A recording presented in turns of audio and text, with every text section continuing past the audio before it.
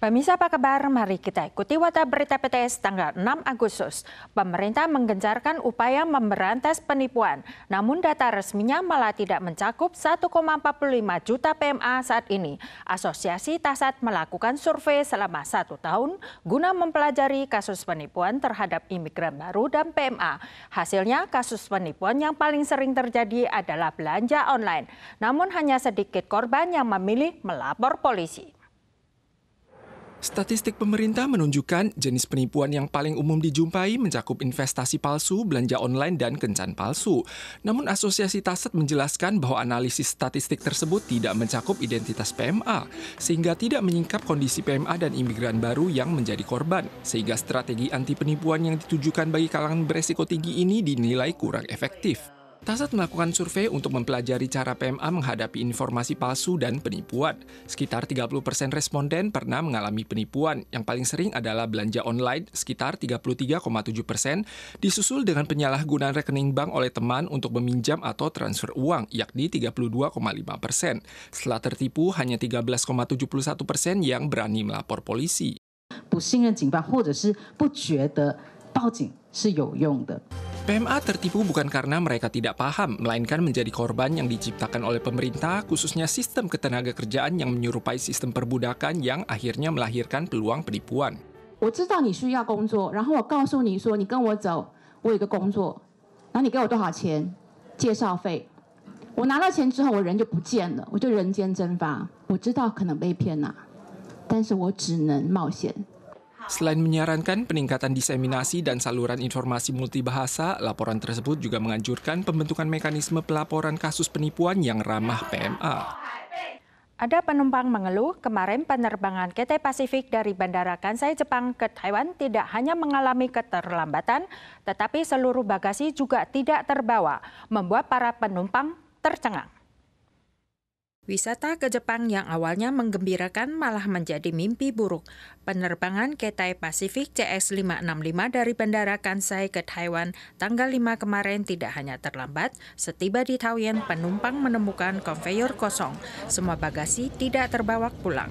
Ada yang tidak bisa pulang karena kunci rumah di dalam bagasi, bahkan ada yang obat kronisnya juga disimpan di dalam bagasi. Pihak maskapai menjelaskan keterlambatan terjadi karena kesalahan teknis. Demi keselamatan penerbangan, bagasi diturunkan sementara guna menyesuaikan keseimbangan muatan penerbangan.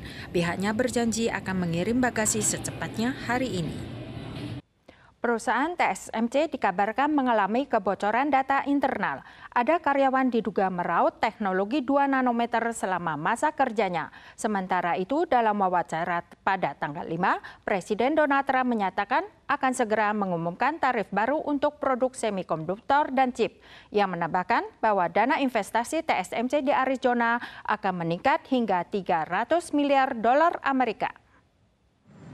Donald Trump menyampaikan tarif baru produk semikonduktor dan chip akan diumumkan paling cepat minggu depan dan menekankan harapannya agar produk utama ini dapat diproduksi di Amerika. Ia juga menambahkan bahwa produk semikonduktor tercanggih di dunia saat ini diproduksi oleh perusahaan TSMC Taiwan. Menurut media Bloomberg, Trump memuji rencana TSMC untuk memperluas investasinya di Amerika dengan menanam modal 300 miliar dolar Amerika di Arizona untuk membangun pabrik chip dan semikonduktor terbesar di dunia.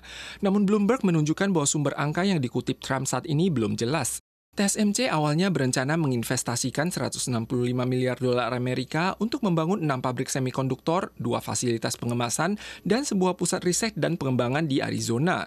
Pihak media mencoba menghubungi TSMC dan Gedung Putih untuk mengklarifikasi perbedaan dana investasi yang dikemukakan antara Trump dan TSMC, namun keduanya tidak memberikan tanggapan. TSMC baru-baru ini dikabarkan mengalami kebocoran teknologi internal serius. Menurut media Nikkei Asia, beberapa karyawan diduga meraup teknologi krusial 2 nanometer secara ilegal selama masa bakti di perusahaan. Kasus ini terkuak setelah TSMC mendeteksi adanya anomali akses data oleh karyawannya. Hasil investigasi menunjukkan rahasia operasional teknologi inti nasional telah disadap oleh karyawan dan mantan pegawai perusahaan. Jaksa telah memanggil 6 terdakwa, 3 diantaranya telah diperintahkan untuk ditahan dengan larangan besuk. Hujan deras melanda wilayah selatan Taiwan selama berhari-hari. Di Tainan, sampah seperti botol dan kaleng yang tertimbun di pantai kembali muncul setelah diguyur hujan lebat.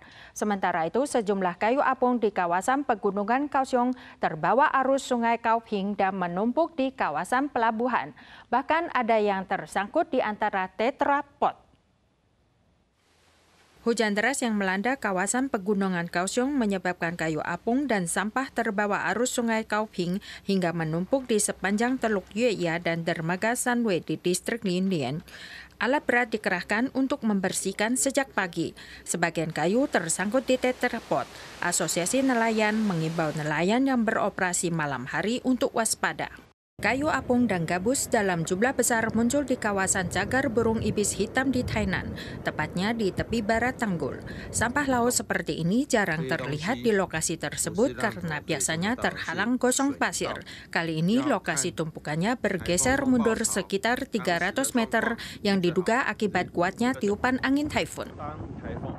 Yuan Legislatif merevisi Undang-Undang Pajak Komoditi, diantaranya minuman kemas tanpa gula, peralatan elektronik, mencakup televisi berwarna, perekam video, piringan hitam, dan perekam suara, semuanya juga bebas pajak. Namun warga lebih peduli apakah barang-barang ini akan diturunkan setelah bebas pajak? Banyak orang suka minuman kemasan. Lewat pembacaan 3 kali, Yuan Legislatif merevisi sebagian ketentuan UU Pajak Komoditi, menetapkan minuman kemasan tanpa gula dibebaskan dari pajak.